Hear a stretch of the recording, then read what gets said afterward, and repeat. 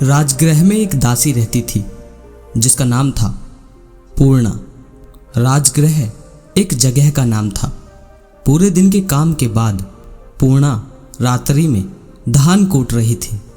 रात्रि में धान कूटने के पीछे का कारण था कि पूर्णा अपने प्रेमी की प्रतीक्षा कर रही थी। जो व्यक्ति पूरे दिन मेहनत का कार्य करता है उसे रात को नींद जल्दी आती है, परंतु पूर्णा नहीं चाहती थी कि उसे जल्दी नींद आ जाए, क्योंकि उसे अपने प्रेमी से मिलना था। इसलिए वह चावल कूट रही थी।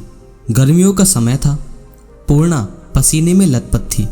पूर्णा बार बार बड़ी आशा के साथ द्वार पर जाती और देखती कि उसका प्रेमी आया या नहीं। पूर्णा थकी हुई भी थी और कामातुर भी थी, परंतु उसे दूर दूर तक अपना प्रेमी आता नहीं दिख रहा था। इस वजह से वह निराश भी थी। उसकी आंखों में नींद भरी हुई थी, लेकिन वह सो इसलिए नहीं रही थी कि यदि वह सो गई तो उसका प्रेमी द्वार पर आएगा और उसे सोते देख वापस चला जाएगा। पूर्णा द्वार पर खड़ी थी, अपने प्रेमी की राह देख रही थी। दूर दूर तक कोई नहीं दिख रहा था।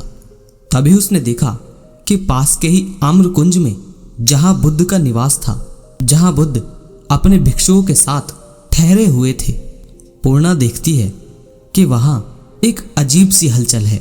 सैकड़ों भिक्षु खड़े थे और सैकड़ों भिक्षु शांत बैठे थे और सैकड़ों भिक्षु चल फिर रहे थे। पूर्णा सोचती है कि इतनी रात को ये भिक्षु कर क्या रहे हैं। पूर्णा सोचती है कि मैं तो अपने प्रेमी की प्रतीक्षा में जाग रही हूँ, परंतु ये सभी भिक्षु क्यों जाग रहे हैं? इन्हें किसकी प्रतीक्षा है?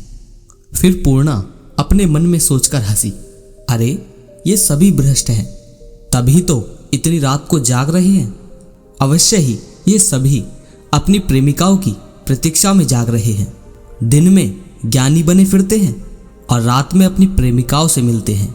जिसके भीतर जो चलता है वह वही सबके बारे में सोचता है। राह देखते देखते पूरी रात बीत जाती है, परंतु पूर्णा का प्रेमी नहीं आता। अगले दिन आश्चर्य की बात यह होती है कि बुद्ध उस स्त्री के घर भिक्षाटन के लिए आ जाते हैं। बुद्ध को देखकर पूर्णा बुद्ध को भिक्षा देने के लिए मना करने की सोचती है, परंतु पूर्णा बुद्ध से मना कर नहीं पाती। उसके मन में तो आता है कि जिसके शिष्य भ्रष्ट हों वह खुद कैसा होगा, पर पता नहीं क्यों वह बुद्ध से मना नहीं कर पाती। पूर्णा बुद्ध को अपने घर में बुलाती है और उन्हें भोजन परोसती है। भोजन करने के बाद बुद्ध पूर्णा से पूछते हैं, पूर्णे, क्यों तुम मेरे भिक्षुओं का अपमान करती है? पूर्णा अपने मन में सोचती है कि मैंने तो इस बारे में किसी को बताया भी नहीं कि मैंने बुद्ध के भिक्षुओं को भ्रष्ट कहा था। फिर इन्हें पता कैसे चला? पूर्णा हड़बड़ाकर कहती है, परंतु बुद्ध, मैंने तो किसी की निंदा नहीं करी। बुद्ध कहते हैं, रात की सोच, रात तूने क्या सोचा था? बुद्ध की बात सुन पूर्णा बहुत शर्मिंदा हुई और उसने बुद्ध को सारी बात कह सुनाई। बुद्ध ने कहा, पूर्णा, तू अपने दुख के कारण नहीं सो पा रही थी और मेरे भिक्षु अपने आनंद के कारण जागे हुए थे। जागरण और जागरण में भेद है। तेरा जागरण दुख के कारण था और मेरे भिक्षुओं का जागरण आनंद के कारण। तेरे जागने के पीछे का कारण विचार और विकार थे और मेरे भिक्षुओं के जागने के पीछे का कारण निर्विचार और ध्यान था। नींद और नींद में भेद है पूर्णे, और जागरण में भी। पुराना जागरण छोड़ पागल और नया जागना सीख। जिसे तू जागना समझती है वह जागना नहीं, सोने का ही एक दूसरा रूप है। बुद्ध उस स्त्री को बहुत सारी बातें बताते हैं। उन बातों से उस स्त्री के जीवन में कोई बदलाव आता है या नहीं, ये बात आवश्यक नहीं है।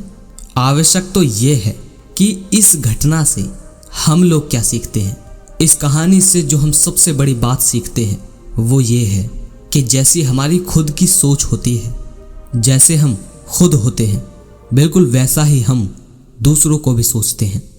एक चोर पूरी दुनिया को चोर समझता है, एक लालची पूरी दुनिया को लालची समझता है, एक क्रोधी पूरी दुनिया को क्रोधी समझता है और एक कामुक पूरी दुनिया को कामुक समझता है।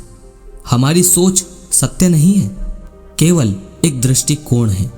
जो ऐसा जान लेता है वह सत्य की तरफ पहला कदम रख देता है। उस स्त्री ने तो कभी सोचा भी नहीं था कि अर्धरात्रि में जागने के पीछे काम वासना से भी अलग कोई कारण हो सकता है।